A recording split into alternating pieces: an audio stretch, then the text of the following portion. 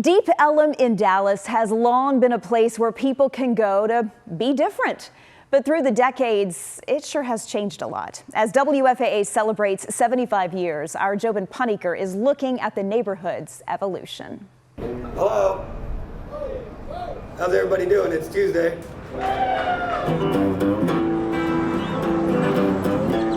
There is no place like it. It may sit in the shadow of downtown Dallas, but Deep Ellum is the star of the show. Beauty, creativity, culture. It's music, art, culture, and creativity. Where the tracks crossed in the late 1800s, Deep Ellum was born. We were literally a crossroads, a nexus of commerce, but also of culture. Where people dared to race mix. Freedmen and foreigners who could not work downtown worked here.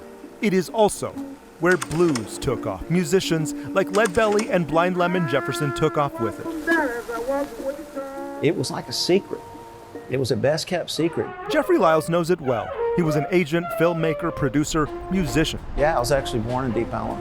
He knows that its reputation as a counterculture space would be reinvented several times over, especially in the 80s. And they took these empty warehouses and turned them into night spots.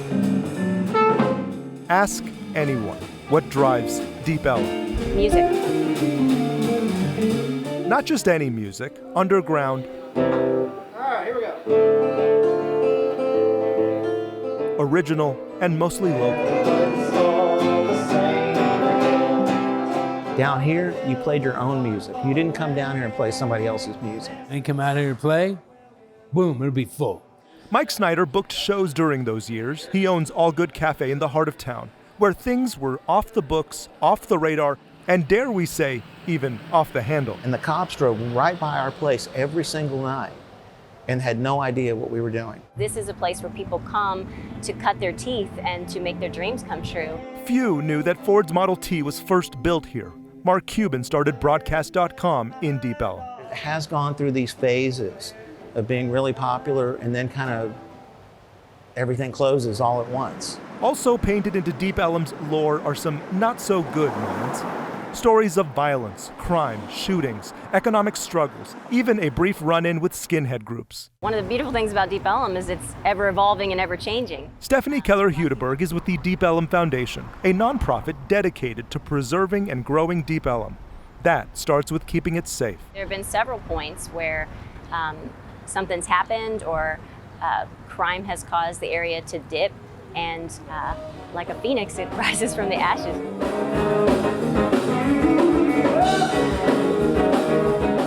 Deep Ellum's biggest advocates argue bad things can and do happen everywhere. Their real fear is when change is influenced from outside the area. Once the city realizes that it's a potential cash cow, then they start looking for ways to make money off of it. By the 90s, the place was no secret. Deep Ellum was getting recognized internationally for music.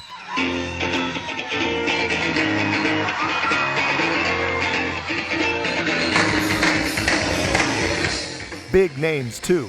Nirvana, Radiohead played at the Trees, Pearl Jam, and that's just the early 90s. Clock starts ticking. And largely ticking toward a concept many fear in gentrification. Ultimately, what they do is squeeze out all the creatives.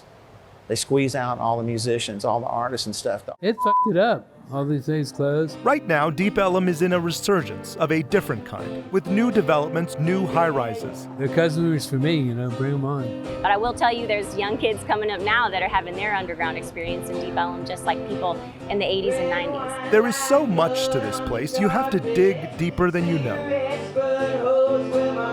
Deep Ellum, the soul of Dallas. And just when you think you know, it's evolving again. In Deep Ellum, I'm Jobin Puniker.